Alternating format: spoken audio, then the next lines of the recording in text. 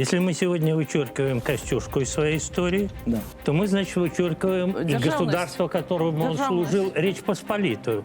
Если мы вычеркиваем Речь Посполитую, то мы несколько столетий своей истории тоже фактически вычеркиваем. Из белорусов рабили нацию селянскую, нацию вясковую, без шляхты, без национальных героев. Конечно, Россия имела свои планы. Особенно важно посадить своего короля. Вот это не держали. Тот же самый Михаил Згодна. Клеофас Агинский Я четырежды присягал российскому престолу. Чому супроть Костюшки так затято? Вот не Костюшка, вот не треба.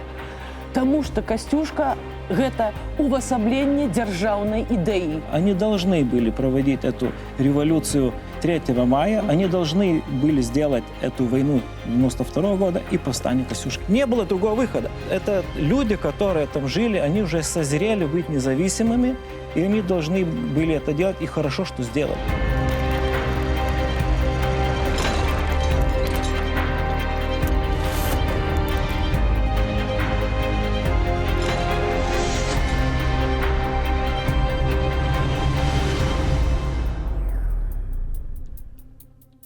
Спадарства, вітаю, гэта інтэрмарыум, дэбаты гісторыкаў усходняй Еўропы на тэлеканале Белсат.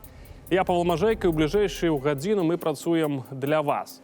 Чарговай нагодай сустрэцца вось тут, на нашым дыскусійным полі інтэрмарыум, сталася зноў жа чарговая дыскусія, чарговая беларуская спрэчка пра гэтым разам пра беларускасць альбо не беларускасць Тадеуша Касцюшкі. Вось сённяшнімі гасцямі мы паспрабуем пры аказіі паразмаўляць таксама і пра апошнія дні Рэчы Паспалітай, і таксама пра нашых нацыянальных герояў Беларусі і Літвы. Я вітаю сённяшніх гасцей нашай студыі. Гэта Светлана Кульцельверстова, доктар гісторыі, прафесар Беластоцкай палітэхнікі. Вітаем. Валдас Ракуціс, доктар гісторыі, прафесар Клайпедскага універсітэта. Добрый дзень. Добрый день. І Андрей Кіштымаў, кандыдат гістарычных навук, працаўнік рэспубліканскай лабараторыі гісторыка-культурнай спадчыны. Добрый дзень.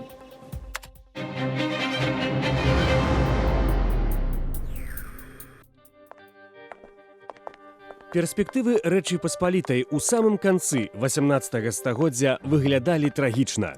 Дзяржава была акупаваная чужымі, прускімі і расійскімі войскамі, якія, адчуваючы сваю беспакаранасць, рабавалі і здзекваліся. Кароль Станіслаў Аўгуст Панятоўскі быў адсунуты ад улады і пазбаўлены якога-кольвек уплыву. Дзяржавай фактычна кіравала Расія пры дапамозе прарасійскіх эліт Рэчы Паспалітай. Адным з твараў акупацыі быў галоўнакамандуючы расійскіх войск у Рэчы Паспалітай генерал Іосіф Ігельстром, які абсалютна аўтарытарна насаджваў расійскія парадкі, заахвочваў шпіёнства і данасіцельства. Разам з тым, у крытычным стане знаходзілася і эканоміка дзяржавы. Гвалтоўна падзеленая і вычарпаная бясконцымі ваеннымі дзеяннямі Рэч Паспалітая, пазбаўленая доступу да гандлёвых шляхоў, мела яшчэ і абавязак утрымліваць 40-тысячную акупацыйную армію. Дзяржава была практычна збанкрутаваная. Растуць кошты, зачыняюцца мануфактуры, рамесніцкія варштаты, банкі. Войска Рэчы Паспалітай ледзь налічвала 15 тысячаў, і дзяржава не мела сродкаў яго ўтрымліваць. Нарастала незадаволенасць насельніцтва сваім становішчам. Да сялянскіх бунтаў дадавалася барацьба розных магнацкіх груповак унутры краіны, а таксама змаганне за свае правы праваслаўнага насельніцтва. Каб Рэч Паспалітая захавалася як дзяржава, ёй трэба было змяніць палітычны лад, эканамічнае жыццё і сістэму абароны. Большасць грамадства разумела, што другі падзел Рэчы Паспалітай – гэта толькі прэлюдыя да поўнай ліквідацыі дзяржавы. Пазіцыя караля Станіслава Аўгуста Панятоўскага захаваць рэшткі Рэчы Паспалітай пад расійскім пратэктаратам не знаходзіла падтрымкі. Пачынаецца актыўная дзейнасць па падрыхтоўцы ўзброенага паўстання. Паўстанне пачалося ў 1794 годзе у Польшчы, Літве і Беларусі, на чале якога стаў Андрэй Тадевуш Банавентура Касцюшка, які 24 сакавіка абвясціў у Кракаве акт паўстання. Ён быў нашчадкам беларускага шляхецкага роду і неаднаразова падкрэсліваў сваё ліцвінскае паходжанне. Паўстанцы мелі на мэце аднаўленне Рэчы Паспалітай у межах 1772 году, вяртанне Канстытуцыі 3 траўня 1791 і працяг рэформаў. На тэрыторыі Беларусі на чале паўстання стаў палкоўнік Якуб Ясінскі. Звяртаючыся падчас паўстання да жыхароў Вялікага княства Літоўскага, ён казаў: «Хочаце быць свабоднымі? Дык будзьце імі». Актыўны ўдзел у падрыхтоўцы паўстання на тэрыторыі Рэчы Паспалітай прынялі вядомыя палітычныя і культурныя дзеячы, вайскоўцы, навукоўцы, святары.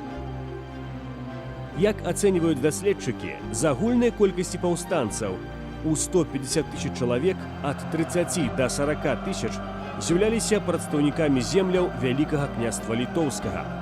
Падаўленнем паўстання камандаваў вядомы расійскі палкаводзец Сувораў, які з асаблівай жорсткасцю і лютасцю нішчыў як абаронцаў Рэчы Паспалітай, так і мірных жыхароў. Паўстанне 1794 года пад кіраўніцтвам Тадэвуша Касцюшкі не зберагло Рэч Паспалітую двух народаў, не дало волі і незалежнасці ды лепшай долі яе жыхарам.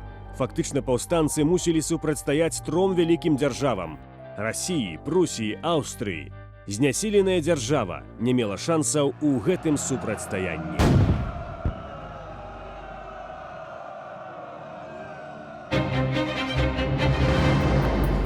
Спадарваў дас, я кірую першае пытанне да прафесара Ракуціса. Вот глядзіце, я на пачатку сказаў пра тое, што ёсць у Беларусі спрэчка, і гэта ясна, што это не апошняя спрэчка пра тое, як ацэньваць, скажу, в гэтым выпадку Тадэуша Касцюшку. Ён беларускі нацыянальны герой, не беларускі нацыянальны герой. Візуальна здаецца, што ў Літве з пытаннем, з такімі пытаннямі значна прасцей падыходзіць. Ацэньваць важнасць для Літвы людзей, гістарычных постацяў, якія належаць да іншых культур, да іншых народаў і так далей. Ці сапраўды так проста ўсё, і калі не, то якая гістарычная палітыка ў гэтым кірунку ў Літве? Я думаю, что такой подход к этому вопросу можно окреслить некоторыми такими тезисами. Первое, что в XVIII веке какого-то различия внутри Великого княжества Литовского мы не наблюдаем. То есть люди там живут, они имеют свою религию, они имеют свой язык, да, но это никак не разделяет внутри. Я в свое время изучал списки войска литовского, и там люди должны были написать, кем они являются. Большинство из них пишет, что они литовцы, то есть Литвин, так пишется по-польски, да, Литвин. Да. Но можете и в Минске найти таких, и в Орше, и везде. Да. А вот те, которые живут в западной стороне, как бы сейчас сказали, этнографической, да, Литвы, как мы называем, они в большинстве писали, что они там из Упитского повета или там из Жмутского княжества. То есть люди совсем не разделяли себя по этому признаку, потому что большинство литовских граждан умели несколько языков. То есть в таком же самом Вильнюсе люди могли разговаривать на любом языке. Может, литовский язык в то время был в таком более зачаточном образе, потому что этот язык был как бы более в стороне, но мы не можем говорить, что эти люди как-то можем разделить в XVIII веке, так как мы имеем дело в XX или XXI веке. Поэтому мы думаем, что мы должны говорить об обществе XVIII века, как оно выглядело, и можем спокойно сказать, что нам нету никакой зависти, что и поляки держат Костюшку своим героем, и белорусы. Нету проблем, потому что... Вот у нас как раз есть проблема. Спадар Святлана, спадар Андрей. Вот глядите, у нас атрымліваецца так, что калі нема слова «беларускі» ці «Беларусь» в нейкай гістарычнай там, я не веду, падзеі, ці нейкая гістарычная постаць не ўжывае гэтых словаў, не акрэслівае. У нас так атрымліваецца. Мы адразу, прынамсі, частка і навукі, і грамадства адкідае гэту постаць з пантэона. Чаму так і ці так наогул? Я хочу сказать, что тут традыцыя закладзена у першыя гады савецкай улады. Калі з беларусаў рабілі нацыю сялянскую, Нацию вясковую, без шляхты, без национальных героев. То есть это тогда было... И у те часы, я не говорю про Российскую империю, там своя была политика, тут был протяг, но часы формования нации белорусской для нас имело трагичное наступство. Потому что вот у той час была окреслена вот эта парадигма. То есть он повинен был называть себя белорусом, и он повинен был говорить по-белоруску, и он повинен был у своей творчости, у своей, скажем, политичной деятельности говорить про белорусский народ. Ну, то бок мы откидаем все стагоддзя, кроме 20-го практично. Вот, скажем, я весь сейчас провожу аналогию. Карл Великий. Вот чий он? Немецкий, правда, французский. Да вся справа тым, что на кожном этапе нация творения, так, есть свои герои, которые могут належать некальким народам, которые выкарыстываліся як народы пасля. У нас та самая ситуация, вот слушно сказал коллега об тем, что на той час мы не поделяли. Был политоним, литвины, это политоним, это нават не этноним, это политоним. То есть жыхары Великого княства Литовского. Мы жили в одной краине. То, что пасля в 20-м стагоддзі выкарыстываюцца розныя этносы в таким уже, скажем, модерновом значении, тогда еще только был зародок. И чему мы повинны делить, скажем, Костюшку, робить анахронизм, то есть сённяшняе разумение нации переносить туды. А у нас в белорусском громадстве те, кто стоит на позициях, которые я говорила, большевистских, еще там 80-х, сталинских на вот позициях, так, вот такие анахронизм робят. То есть переносят реалии сучасные, переносят 18-е стагоддзя. Да, я думаю, тут проблема еще в том, что и современная Беларусь, и современная Литва, и, наверное, даже современная Польша сегодня определяют свой, ну, скажем так, исторический масштаб. То есть какое место, ну, в национальной истории кто-то занимает, какое место в европейской истории и какое место даже в мировой истории занимает то или иное историческое событие или тот или иной исторический герой с нами связанный. И в этом отношении, конечно, Костюшка очень выгодная фигура, потому что это и мировой масштаб, два континента, европейский и американский, и это масштаб свой, национальный, зарождение нации литовской, польской, по сути дела, и белорусской нации, может быть, даже и украинской, потому что не будем забывать, допустим, тот же Костюшка получал первоначальное образование, пиарский коллегиум в Любешове, это сегодня территория Волыни. Да. Конечно. Это то же самое, что, допустим, с Франциском Скориной. Да, да, родился в Полоцке, но и Вильна, Скорининская, и Краков, и Падуя, и Кёнигсберг, Пруссия. То есть вот этот вот исторический масштаб, чтобы вписать себя в эту мировую европейскую историю, вписать свою национальную историю, свою страницу национальной истории. В этом отношении Костюшка действительно очень такая выгодная, яркая фигура. Вот так, але чему у нас таким супротивом? А тут я скажу так, что в данном случае мы ведем разговор про историческую личность, исторический персонаж. Генерал Костюшка. Но он был генерал государства. То есть он был в первую очередь герой чего? Герой Речи Посполитой. Я бы даже сказал, что мы традиционно говорим «восстание, восстание, восстание». Да, акт написан о восстании, но это скорее акт о становлении Речи Посполитой. Почему? Потому что это было не восстание, это была даже не революция, а это была настоящая война. Государство, Речь Посполитая в это время сохранялось со своим королем, со своим войском, со своими финансами, налогами, всем прочим, которое воевало, объявило этим актом войну своим соседям. Мы имеем дело с войной, и Костюшка, главнокомандующий был войск Речи Посполитой на этой войне. И таким образом, когда мы говорим про Костюшку, то встает сразу вопрос, каким образом мы не только и не столько к Костюшке относимся, а как мы относимся к этому государству.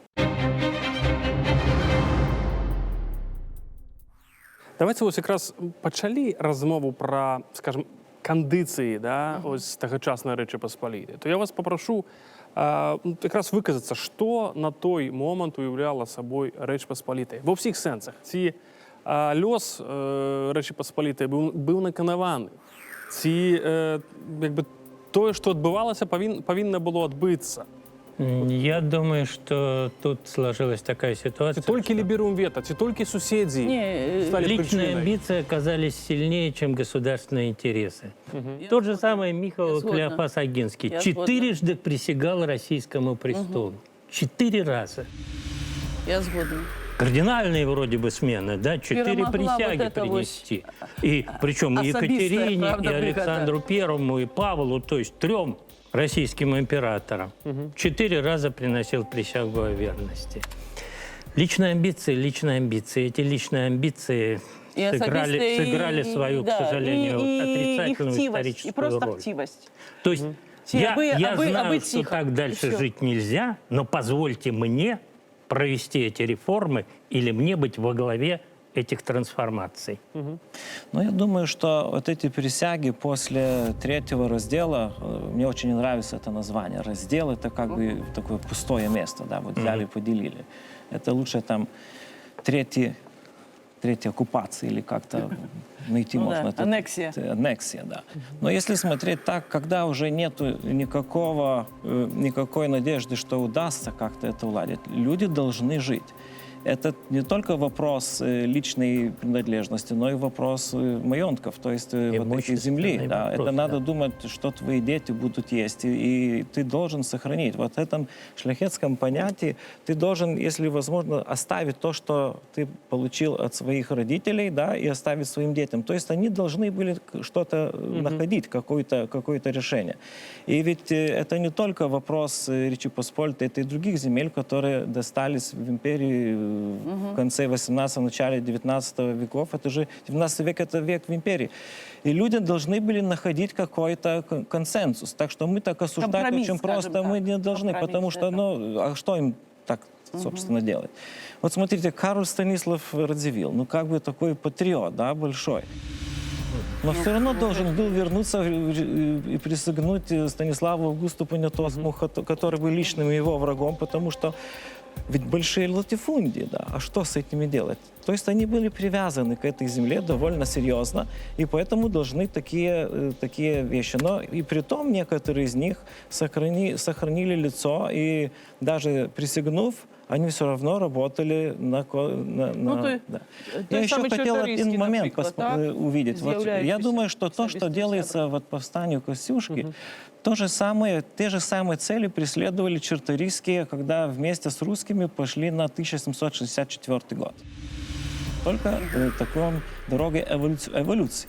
Если мы сравним в 19 веке белые и красные, то же самое имеем в 18 веке. Есть белые, что надо как-то вместе с русскими что-то делать, чтобы культуру поднять, экономику, да.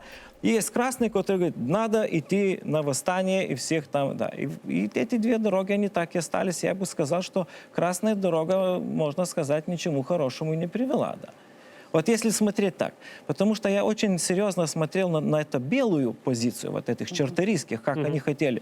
Они же достигли немалых результатов. Да. Это, конечно, это трудно сейчас принимать, потому что у нас есть герои и предатели. Да. Но если смотреть более объективно, всегда были две дороги. И можно сказать, что белая дорога довольно много достигла в конце 18 века. Да. Так что даже тот самый король, да, вот не было этого кадетского корпуса, не было Костюшки, не было Ясинского, да. Это же, ну, большие вещи, которые... То есть вы прихильник не поднимать повстание? Нет, я бы пошел. Я бы пошел, и они пошли. И я бы пошел. Да. Но надо понимать рацию людей, которые были на этой дороге. Я бы не сказал, что не пошли. Они просто были против этой дороги. Вот даже это Конституция 3 мая, да? Так, супротив радикализма. Да. Ведь люди говорили, а к чему этому хорошему приведет? Это же приведет к каким-то, надо там, может, не так быстро идти, да. То есть мы должны иметь целый спектр вот этих решений, которые были, но можем точно сказать, что Костюшка — это герой. Вот это точно. Добре, а Ідеально. як тоді оцінити ось для Литви, для Білорусі, як оцінити Конституцію 91-го року? Вона, ну, спиняла розвиття наших націй? Ну, можна я, по-перше, скажу? У нас от вельмі это дзіўна, мяне это здзіўляе, так, в нашай літаратуры, в гісторыі, што гэтую канстытуцыю адрываюць ад другіх дакументаў, которые былі прыняты уздагон яе ці перад ёй. Забываюць, што быў наступны акт уніі паміж Літвой і каронай. Специально в Конституции 3 мая не оговаривался суверенитет Великого княжества. Но позднее же было новое шлюбование, где было навод как бы автономия Великого княжества навод поширена была. Чему вот одну конституцию берут, и я это гляжу в как бы отказах нашей академии, да, что конституция это ж ликвидовали Великое княжество. Да вы возьмите весь комплекс документов. Это специально было сделано, это была агульная конституція, до яго додаються акти. Це ж звичайна якби, система права, ще з римських часов, коли конституція, до його акти, які якби, тлумачать особні, подзаконні. Так, але коли взяти практику? А практика какая? Вводилось новое, скажем так, государственное устройство, новая государственная модель. Но ведь никакая конституция, хоть советская, хоть какая, не отменяла этносов, правильно? Этносы же оставались. То есть вот этот вот фундамент, этот подмурок, на котором даже внутри этой новой Речи Посполитой все равно могла существовать и литовская, и белорусская, и, кстати, и польская идея тоже. Да. Мы знаем прекрасно, что есть так полонизованы. называемое многонациональное государство, то есть эта Речь Посполитая, она бы в конце концов стала многонациональным государством, а уж как там эти нации дальше себя чувствовали. Чехословакия тоже была двунациональным государством, разъехалась уже в 20 веке на Чехию и на Словакию. Сегодня это две страны Евросоюза. Ну, я бы еще хотела сказать, давайте мы щільненько приглядимся до термина «сполонизованы». Потому что в значной ступени это миф. Сполонизовано чему? Потому что по-польску говорил? Тогда давайте будем говорить про Европу златинизованную, правда? Будем говорить, что он называл себе поляк, так это был не этноним, а политоним. Причем, который был вельми моцно распаўсюджаны и введены Россией, коли мы возьмем. Все документы всех, кто жил на территории Речи Посполитой, они не называли литвинами, не называли поляки. Какой-нибудь там Афанасий Лось с-под Витебска, так, в смоленских справах, он написано поляк, так? Православный написано поляк, потому что он был взятый в полон на территории Речи Посполитой. Поэтому, ну, треба поглядеть на этот термин, что значит сполонизованы. То есть, что литвинство, як, а я, пробачте, поэтому докторскую диссертацию обороняла, литвинство як з'ява, як, ну, скажем, комплекс і культурний канон, так, і код культурний, так, і самосвідомість, акурат вельми моцно сформувалася у першій полові 19 стагоддя, це ж дякуючи тому ж самому Міцкевичу і так далі, набило кшталти вже сучасні, так. Просто розумієте, якраз полонізація, от термін вживаються якраз ті, хто, от, ну, в нашому випадку, з Костюшком кажуть про те, що да, він герой, але не наш, тому що... Ну, так ось. Мне выдается, так само треба вот крышечку, этот, не крышечку, а хорошо, этот термин ревизовать и поглядеть, что он мае под собой. В яким контексті, як він уживається і що чоловік, на чим він ґрунтує вот этот термін полонизований, ці полонизація. Ну, я... Вас прошу виказати. Я хочу сказать, что этот термин полонизация, вообще ее специально никто не проводил. Это внутренний процесс, который в 18 веке имеют вот такие вещи. Вот есть такие тексты. Мы, литовцы, как добрые поляки, да. Мы литвины, как добрые поляцы. Да. Так. Да. Вот это и происходит. То есть они в то время понимали, что весь этот народ Речи Посполитой, он назывался поляками, которые внутри разделяется на литовцев и на короняжи. На корон, на людей короны. Да. Да. Плюс то есть есть, по территории. Да, вот если человек там живет, имеет свои имения, это литовец, а там он уже коронный. Да. И они очень хорошо это различали. Конечно, были такие роды, которые жили по одной и по другой стороне этой границы, и они там, один брат, можно сказать, литовец, другой поляк, или переходит из какого-то понятия из коронного на литовский, да, там, как Броницкий, например. Да, вот есть такие люди, я называю людьми Речи Посполитой. Так что это понятие тогда трансформировалось дело только в том, что в XIX веке эту польскость начали как бы немножко поднимать, а литовскость понижать. Так, Але кто? литвинство. А Россия, это Россия наипеш. Нет, даже наша самая, И не потому только. что в то время это было не важно, потому что надо бороться было с Россией, да. Я думаю, что где-то в первой половине XIX века вот это различие между литовцами и поляками, но уже переходило к истории, это как бы не очень важно. Вот тогда полонизация пошла серьезно. Да. А до этого времени там не было никакой проблемы, никакой борьбы между Литвой и короной. На самом деле не Политичная, происходило. нет, Или она была, по но это- практическим вопросам, там таким, ну, бытовым, да. Смети с хаты не выносили, это было внутри тут. Это А там, внутренние, да, вопросы. Так что мы можем сказать, что этот процесс, он имел несколько таких этапов.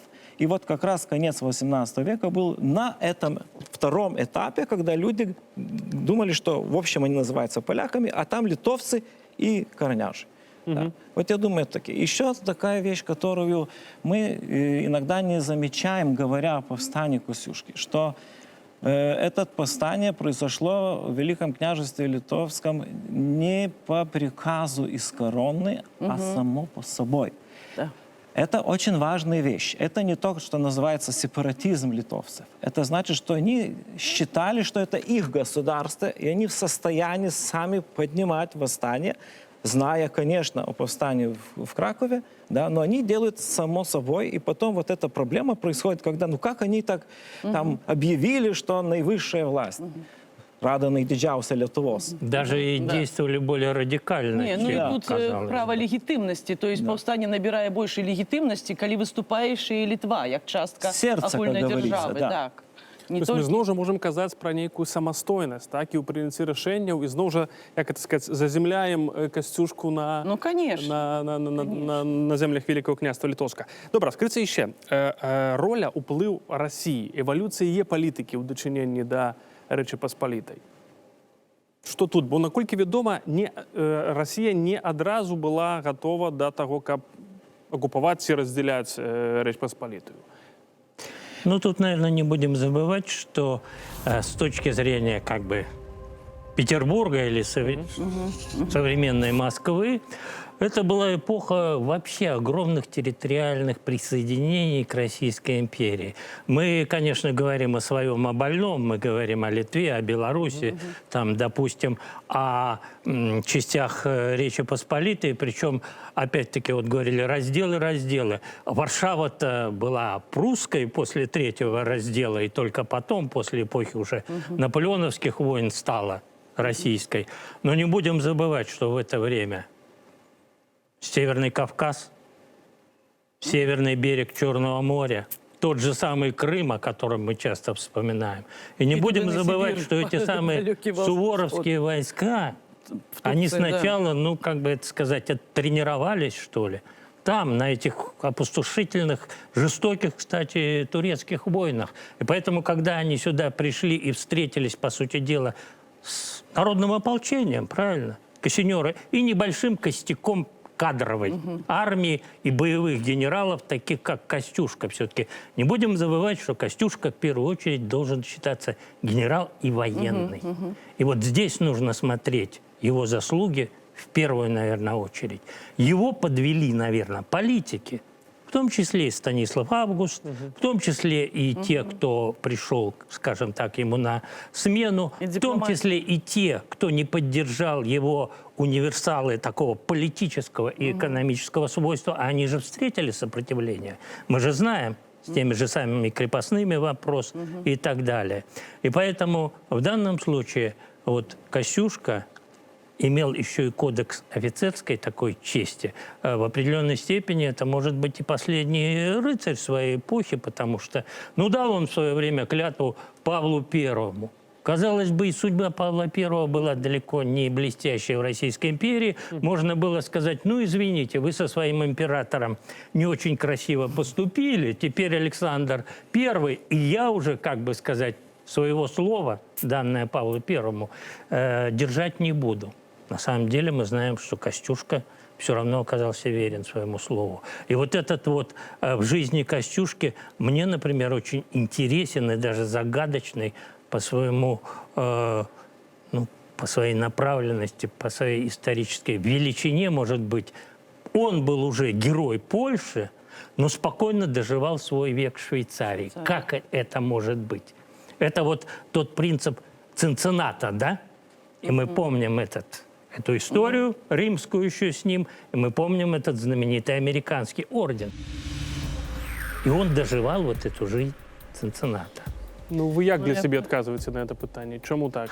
Не могу, не знаю. Може бути, він був Вот честный историк иногда может сказать... покривджений на те, що... Честный историк может иногда сказать, не знаю. Може, вигорів емоційно. Я думаю, что Но это... ему же поколение предлагали, пришло. и Это неоднократно решение предлагали. характерно не только Косюшке. Вот Агинского, посмотрите, он тоже там северный где-то Италии доживает. Да? То есть Ні, это ну там место... другая ситуація була. От Да, долгов, Там жонка його вислала, каб зробила банкротом, каб не віддавати гроші, інакше б Я пішов думаю, что майонток. человек искал место, где он хорошо себя бы чувствовал. Он мог жить в той же самой Русской империи. То есть его там приняли, да, в любом месте. В общем-то, мог он там. Вернуться за океан, В кстати. Соединенных Штатах Да. он там чувствовал себя чужим. Мы же там понимаем, что там рабовладели, все такое, да. То есть ему нужна была свободная страна, а Швейцария как раз выглядела на такую. То есть это как нейтральное место, где человек спокойно может жить. Никому он там не, ну, довольно считал себя таким уютное место. И к этому там у него были просто друзья, то есть люди, которые его принимали. Я думаю, это просто такой человеческий ответ. Но вот вопрос о русской, о влиянии Русской империи. Я думаю, что Россия вообще хотела, чтобы Речь Посполита понемножку стала частью этой большой Русской империи, и не нарушая ее независимости, держа. Это долгое время же, вот, это политика Екатерины, 64-66 год. Так контролировать все, но оставить, чтобы этот народ не выступал Как позднее против. с Великим Буфер. княжеством Финляндским. Да, то есть сути это дела. такой был, вот на чем Буфер. это белое, можно сказать. А вот Росія в своїм розумінні Речі Посполитої поділяла землі Речі Посполитої. Я не маю тут на увазі вот этого там ВКЛ і там Да. і корону. Ці поділяла вона в такому розумінні. Вот это там исконно наші землі, Я а вот думаю, это вот как бы... Так, я думаю, що так. Я думаю, что да, потому что люди были различными. И при этом можно сказать, что довольно русской стороны мудрое решение было. И не надо было, особенно вот когда это консилиум перманентис, когда появляется вот этот орган, который управляет Речи Посполитой как бы с руки Российской империи, но сохраняя свою независимость, конституцию, все такое. Это же было идеально для России. Потому что когда они занимают эти территории, Європейської політики. она всегда чувствует себя плохо в этих землях и все время может начаться восстание. Я бы сравнил вот это как Австрия и Австро-Венгрия. Да? После этого решения венгерского вопроса больше не было, да, вот в этой империи. То есть мудрое решение. И они отошли только тогда, когда поняли, что больше так быть не может, что Речь Посполита идет вверх, и она все равно станет независимым полностью государством, и тогда они уже подключили, как говорится, дали ухо прусскому королю. Вот они так про первый раздел говорят. Да? Если не было бы Барской конфедерации, не было первого раздела.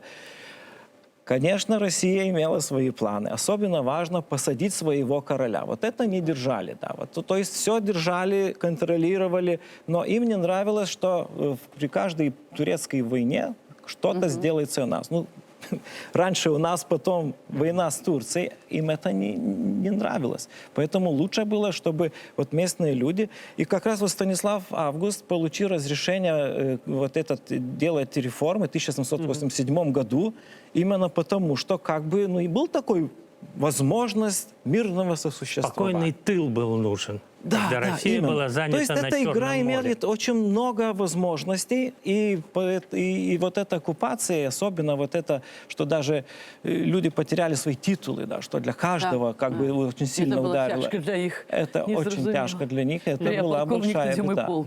Речь Посполитая для Российской империи была першей европейской, цивилизованной, развитой краиной, которую аннексировали.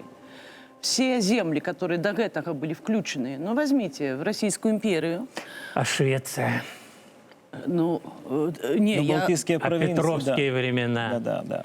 Я кажу про вот 18 стагоддзе і ўжо той узровень адукацыі, эканомікі і так далей.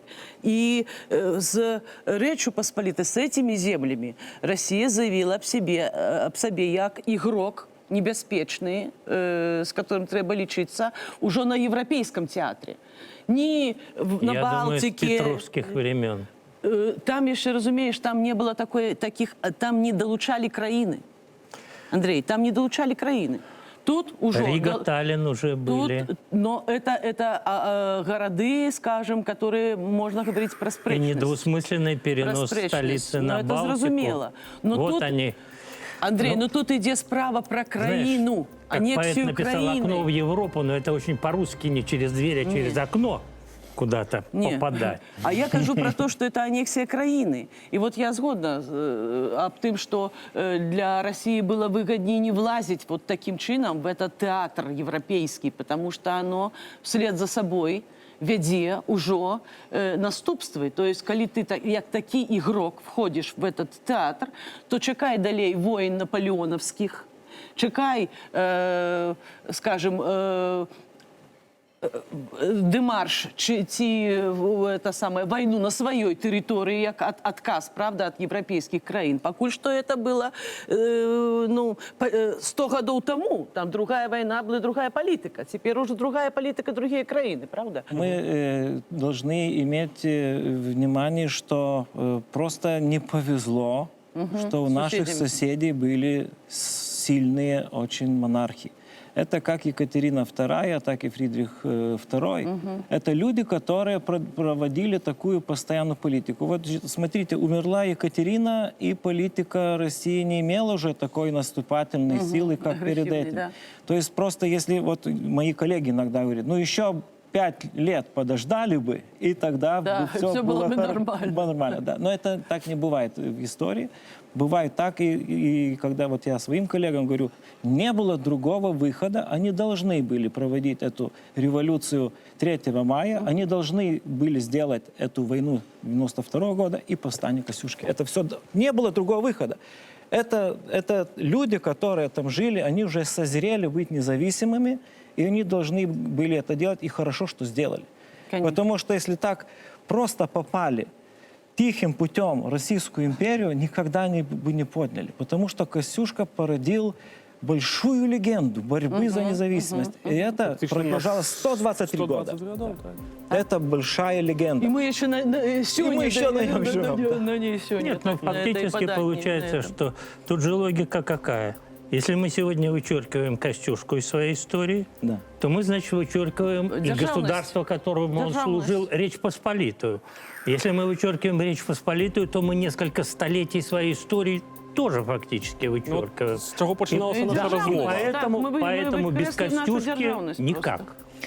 Я офицерам говорю, вот нашей военной академии. Государство погибло, но с мечом в руках.